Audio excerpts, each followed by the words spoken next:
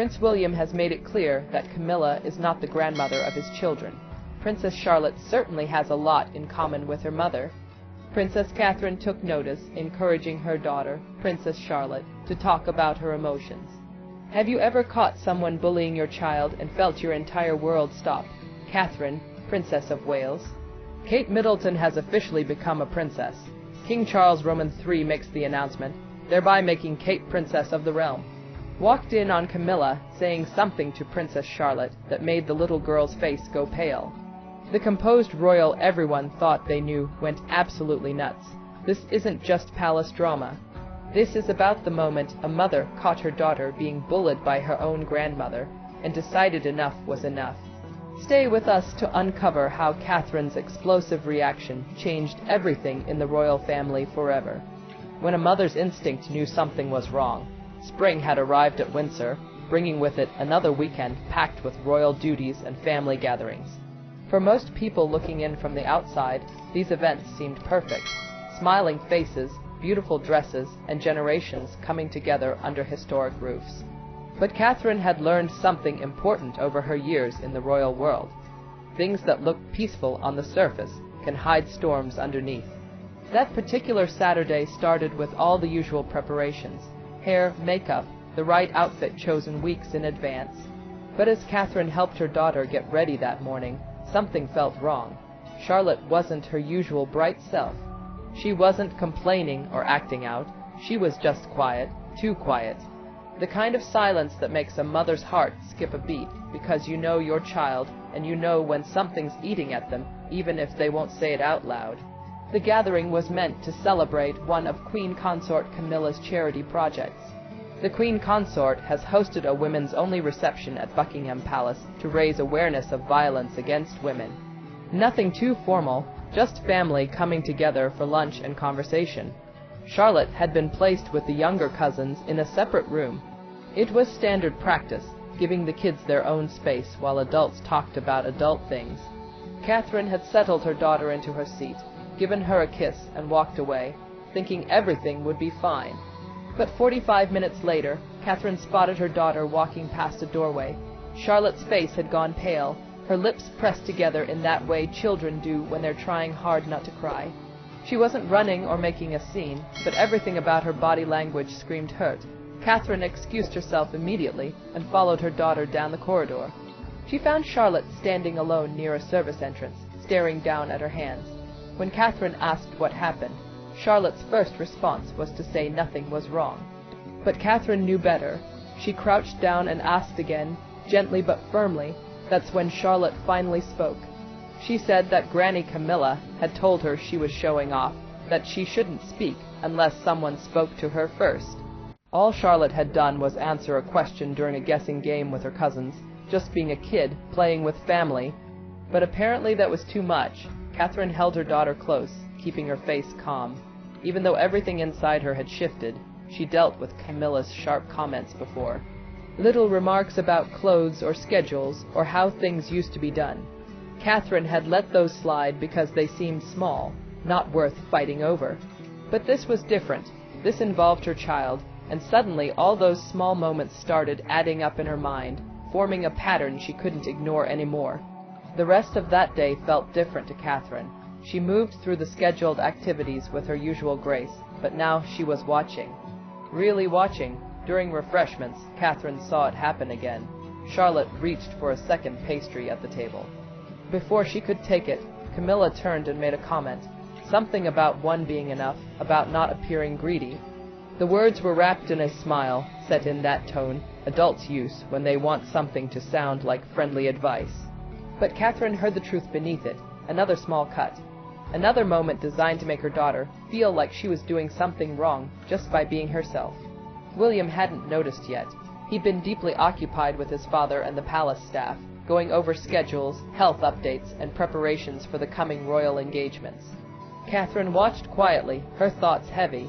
She didn't interrupt yet, but she knew the moment of truth was approaching.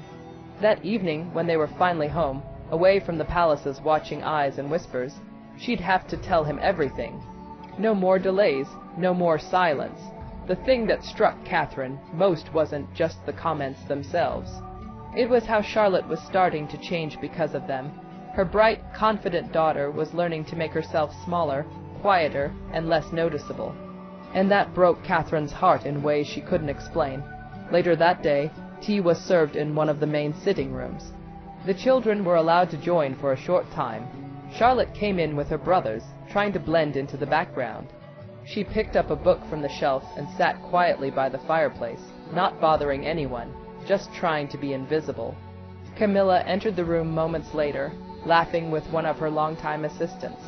When Charlotte asked politely if she could play the piano quietly, Camilla's response was immediate and cold. She told Charlotte that wasn't necessary, that the adults needed peace, and that she should sit still like a proper young lady. The words hung in the air. Charlotte's cheeks turned red. She closed her book and folded her hands in her lap, trying to disappear even more. Catherine heard every word. She'd been standing nearby, and the comment hit her like a slap. She looked at Camilla, and their eyes met for just a second. Camilla looked away first, but the message had been sent and received. Catherine didn't say anything at that moment, but everyone who knew her understood that her silence wasn't acceptable. It was controlled. She was choosing when and where to address this. That evening, back at Adelaide Cottage, Catherine tucked Charlotte into bed herself.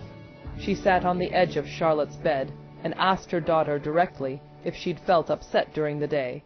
Charlotte hesitated, then admitted that Granny Camilla didn't seem to like when she talked too much. The honesty in those words cut deep. This wasn't a child being dramatic. This was a child trying to make sense of why someone kept making her feel bad. Catherine kissed her daughter's forehead and promised her she'd done nothing wrong. Then she walked down the hall to find William.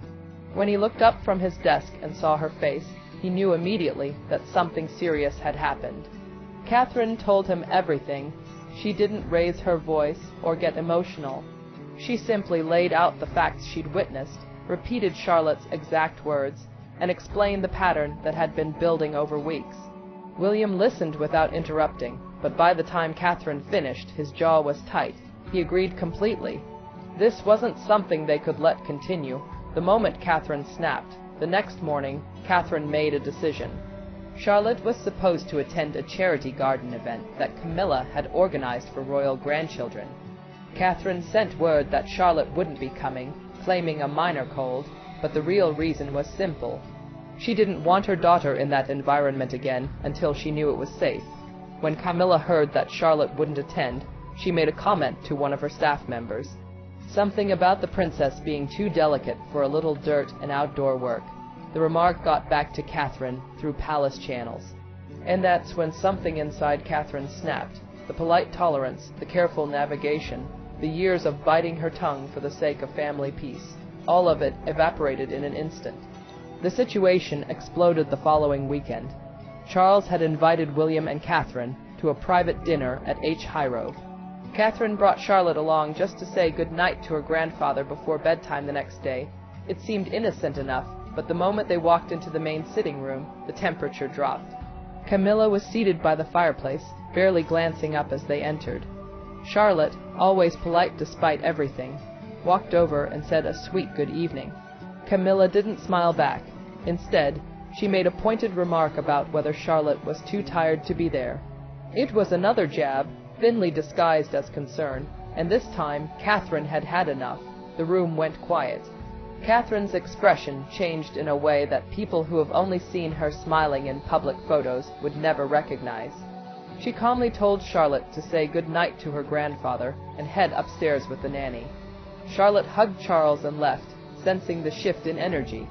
As soon as the door clicked shut, Catherine turned back to face Camilla.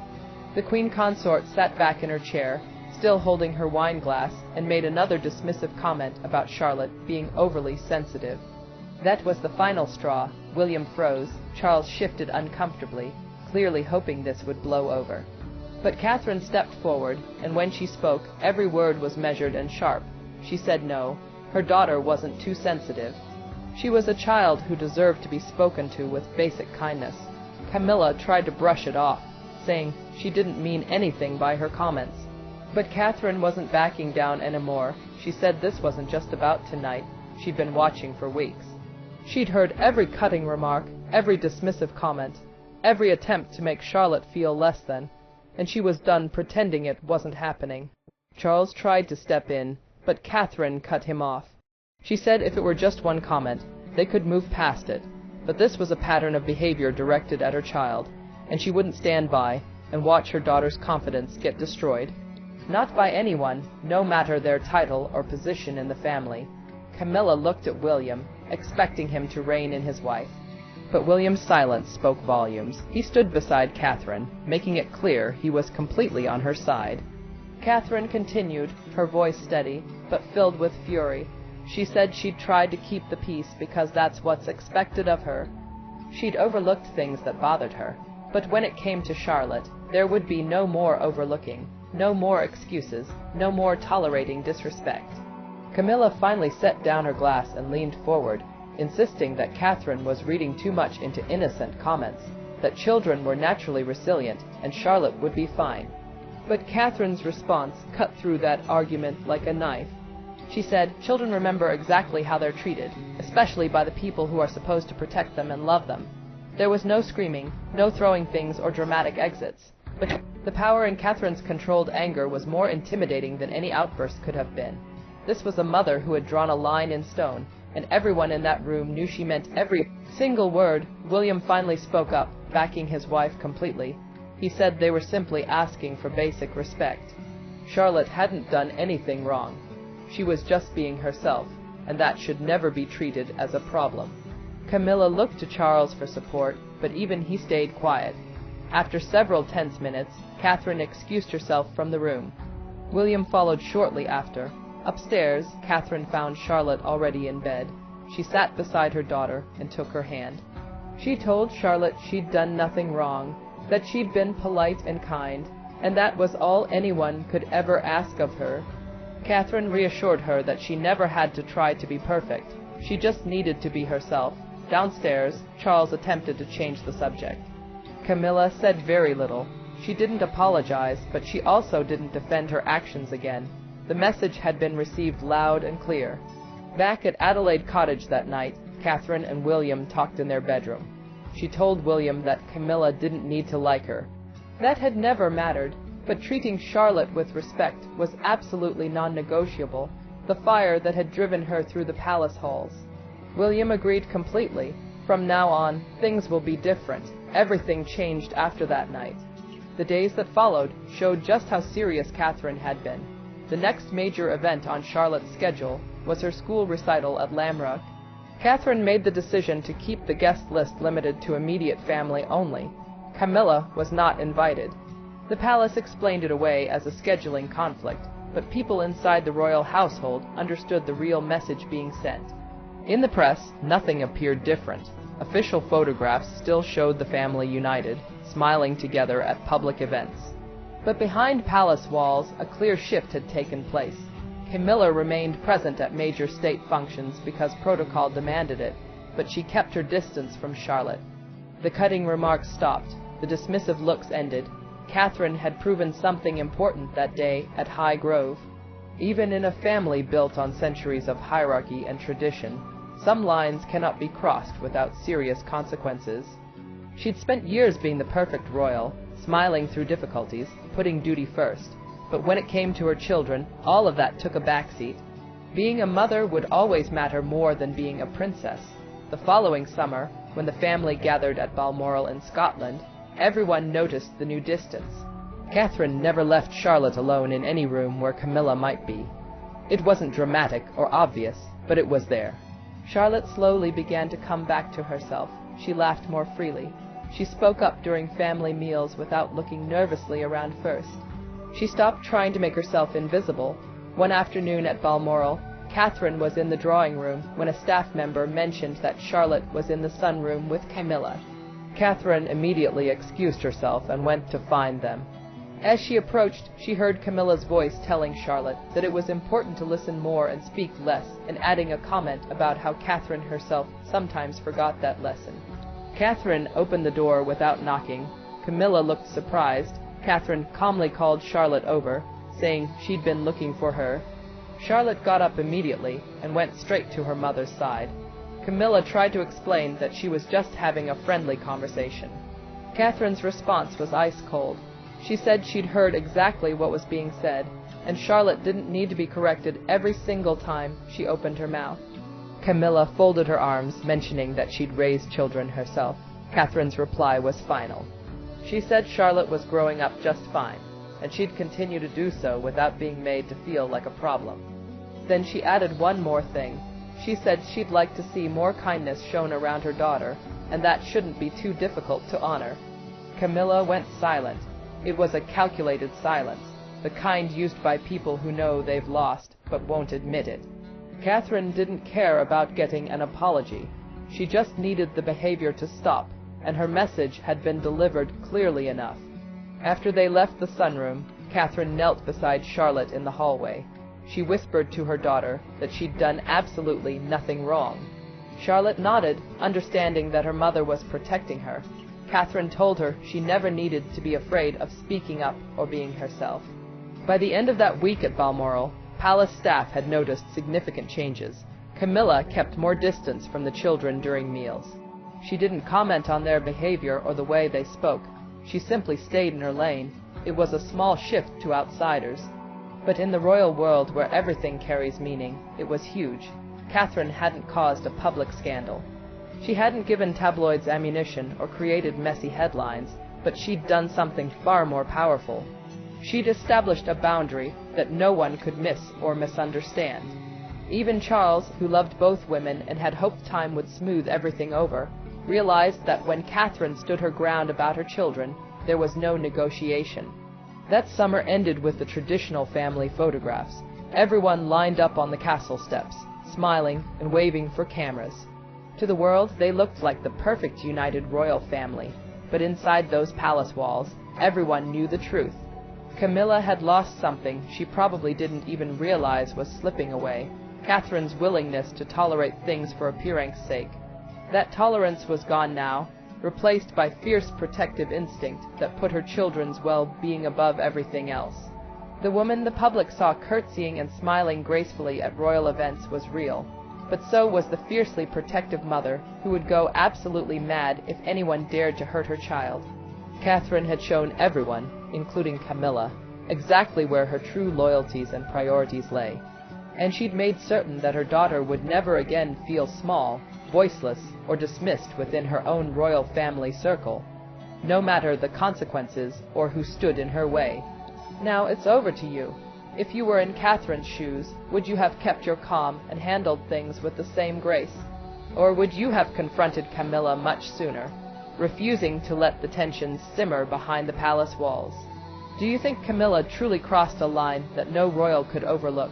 Or was this simply a powerful clash between two generations trying to protect their place in history?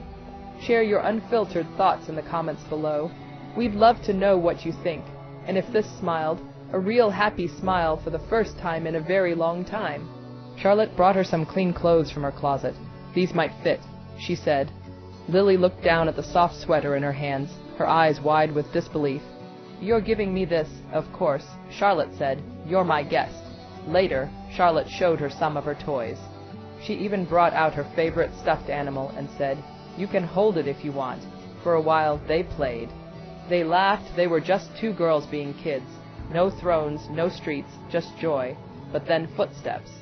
The soft sound of high heels on the palace floor. Princess Catherine had arrived. Everyone froze. Staff stood still. Even the cooks stopped stirring. What would happen now? Would she be angry? Would she say Charlotte had crossed the line? Charlotte stood tall and turned toward her mother, holding Lily's hand tightly. Her face was calm, but her heart was racing. And then, the moment everyone waited for, Catherine stepped forward. What she did next, no one saw coming. Catherine's unexpected response. When Princess Catherine stepped into the grand sitting room of Kensington Palace, everything suddenly felt still. The chatter from the staff stopped. The cooks in the kitchen froze mid-stir. Even the guards at the door held their breath. It wasn't just about her presence. It was about what she was walking into. There, right in front of her, stood her daughter, Princess Charlotte, calm but alert, holding the hand of a girl who looked completely out of place in the royal setting. The girl wore faded, oversized clothes. Her shoes had holes. Her hair was messy. but what stood out the most were her eyes, wide, nervous, and filled with questions. The room was thick with tension. Everyone waited for Catherine's reaction. Some expected surprise, others feared anger. After all, this had never happened before. A homeless child in the palace brought in by a royal child. There were rules about this sort of thing. Security steps, protocols, warnings, and none of those had been followed today. But Catherine didn't raise her voice. She didn't scold her daughter or call the guards. She didn't even look confused. She simply paused and then slowly walked toward them. Her eyes didn't focus on the mess or the rules. They focused on the little girl. Instead of standing tall in her usual royal posture, Catherine knelt, lowering herself to the girl's eye level. She smiled softly, her expression kind and motherly, and then in the most gentle voice she asked, "Are you hungry, sweetheart?" That one question changed the whole mood of the room. The staff, who had been holding their breath, now looked at each other with quiet amazement. They were witnessing something rare, not just a royal moment, but a deeply human one. This wasn't about titles or duties. This was about a mother seeing a child in need and responding with love. Catherine turned to the kitchen staff and said, "Let's make something warm for her, please. Something gentle on the stomach." She didn't just give orders. She rolled up her sleeves and joined them. She stirred the soup. She checked the bread. She even poured the girl a glass of warm milk herself. Once the food was ready, Catherine gently placed it in front of Lily, the homeless girl, and encouraged her to eat slowly. Then she brought a soft blanket from one of the guest rooms and placed it around Lily's shoulders. She didn't stop there. She sat beside the girl and asked, "What's your favorite color?" Lily, shy at first, whispered, "Yellow." Catherine nodded, stood up, and returned moments later with a small yellow teddy bear from Charlotte's toy shelf. "He's yours now," she said with a smile. Lily couldn't believe what was happening. She was used to people avoiding her, ignoring her, or sometimes even yelling at her on the streets. But here she was in a royal palace being treated with care, kindness, and respect. Later that evening, when things had calmed down, Catherine sat with Charlotte in a room. They didn't speak for a while. Then, softly, Catherine looked into her daughter's eyes and said, "You did something very kind today. Something many adults would be too afraid to do." Charlotte's eyes welled with tears. She wasn't sure what her mother would think, but hearing those words made her heart feel full. Catherine hugged her tightly and said, "I'm proud of you." Word of the event didn't come out through any press release. The palace didn't announce anything official, but someone in the staff, moved by what they had seen, shared a small detail with a friend. That friend told another, and soon the story started spreading. Social media lit up with praise and emotion. People posted messages like, "Princess Charlotte has a heart of gold. Catherine is raising her kids to care, not just to rule. This is what true royalty looks like." It became one of the most talked about royal moments of the year, not because of jewels or outfits or a public event, but because of a quiet act of compassion inside palace walls. People everywhere were touched by the story. Mothers shared it with their daughters. Teachers spoke about it in classrooms. News articles called it a new chapter for the royals. This wasn't just a sweet moment. It was a message, a reminder that kindness can break traditions, rewrite rules, and heal hearts, even in the most unexpected places. The girl behind the headlines. Many people around the world couldn't stop wondering who this mystery girl that had managed to walk into Kensington Palace hand in hand with a princess. Where did she come from? What was her story? And what happened to her after the cameras stopped rolling? Her name was Lily. She was only 8 years old, just like Princess Charlotte. There's a new photo of Charlotte that's out this morning. It's her 8th birthday today, a photograph that was taken by Kate. But while Charlotte was growing up in royal palaces, surrounded by luxury and security, Lily's world was very different. She had once lived a normal life. Her mother had worked at a hospital as a nurse's assistant. They had a tiny but cozy apartment and used to play games together at night. Lily loved drawing, especially pictures of houses with gardens and happy families. But life doesn't always stay the same. One day, Lily's mother got seriously ill. She could no longer go to work. The hospital bills started coming in, and they kept getting bigger and bigger. With no job and no support system, everything began to slip away. First they lost their internet, then their electricity, then finally their apartment. The locks were changed, and all they could carry fit inside a single bag. Lily and her mom began sleeping wherever they could, sometimes in shelters if there was space. Other nights they huddled under park benches or in abandoned bus stops. Rainy nights were the worst. Cold wind and wet shoes made it impossible to sleep. Lily didn't go to school anymore. She didn't even have crayons to draw with. Every day felt like a fight to stay warm, to stay fed, to stay invisible enough so no one would bother them, but visible enough in case someone kind might stop to help. That's why the day Charlotte sat beside her, smiled, and started talking, it didn't just surprise Lily. It changed her. It was the first time in many months someone looked her in the eye and didn't see a burden. They saw a child. When Charlotte brought her home, Lily was nervous at first. The palace was like a huge, clean warm. But Catherine's gentle smile made her feel at ease. No questions, no judgment, just care. That one visit turned into something much bigger than either girl could have imagined. What most people don't know is that Catherine quietly arranged help for Lily and her mother behind the scenes. She contacted trusted organizations and used her resources in a way that avoided press and publicity.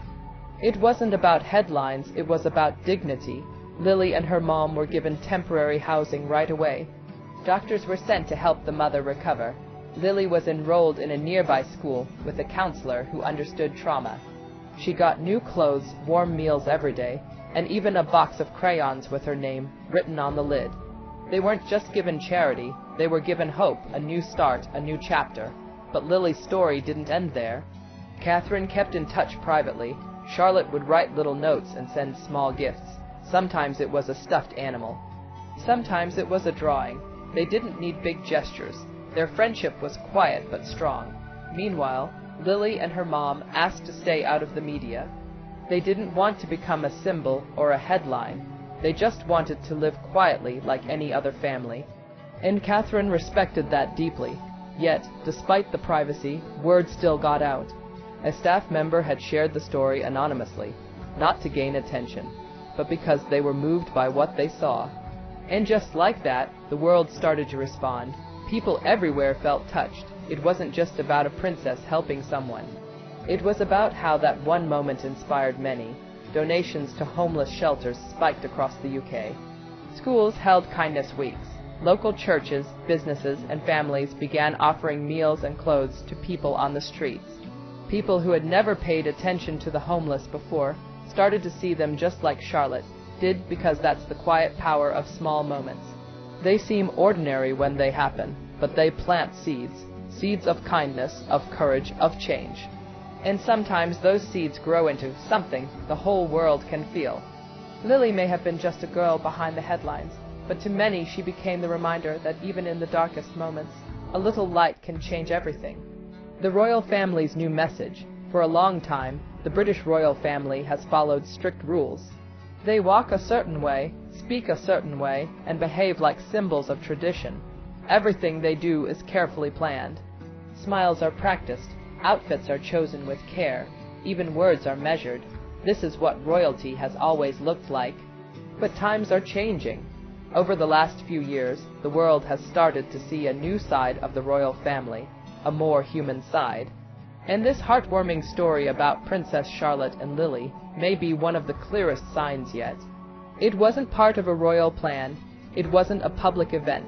There were no cameras, no press, just a young princess following her heart and a mother supporting her child with grace. That one small moment became a turning point. It showed that royalty today is not just about titles, palaces, and crowns. It's about care, compassion, and connection. Let's rewind just a little. People still remember Princess Diana. She was known as the people's princess, not because she had a title, but because of how she made people feel. She hugged children with AIDS when others were afraid to. She held hands with people who were sick and ignored by society. She showed the world that real royalty is about heart, not rank. Diana believed that love was stronger than tradition. Now her granddaughter, Princess Charlotte, seems to carry that same spark. When Charlotte walked through the gates of Kensington Palace holding Lily's hand, it wasn't just surprising, it was powerful. It told the world, kindness has no age limit, and it doesn't follow rules. And when Catherine, the Princess of Wales, saw the two girls together, she, Kate Middleton, has officially become a princess. In a formal address to UK citizens made a day after Queen Elizabeth's death, King Charles Roman III makes the announcement that he is passing on his former title of the Prince of Wales to his son William, thereby making Kate Princess of the realm. She didn't react like a strict royal, she didn't scold, she didn't worry about the headlines. Instead, she showed the world the kind of queen she's becoming. Catherine knelt, smiled warmly, and welcomed Lily with gentle words and open arms. She gave her food, warmth, and safety. She didn't ask about her past. She focused on her present, on her needs, on her heart. That quiet, loving reaction touched people more than a grand royal speech ever could, and the message was loud and clear. The royal family, once seen as distant and out of reach, is learning to walk closer to the people, to understand pain, to respond with love, to lead not from a golden throne, but from the ground, with empathy. Prince William later, in a private moment, spoke about how proud he was. He said Charlotte reminded him of what matters, staying connected to the people they serve. He didn't speak as a prince. He spoke as a father, as a son of Diana, and as a man who believes in kindness. This moment didn't just bring joy to one girl. It started something bigger. People all across the UK, and even around the world, began to talk about it. They weren't just talking about Charlotte's sweet gesture. They were talking about how one small act of courage, backed by a mother's warmth, can inspire a nation. News headlines praised Charlotte. Social media was filled with posts saying things like, "She's her grandmother's spirit in a new generation. This is what we want from our royals. The future queen has a heart of gold." But perhaps the most touching messages were from regular people, teachers, nurses, students, and parents who said the story inspired them to help someone in their own lives. Maybe a neighbor, maybe a classmate, maybe a stranger. That's the magic of such moments. They don't end in the palace.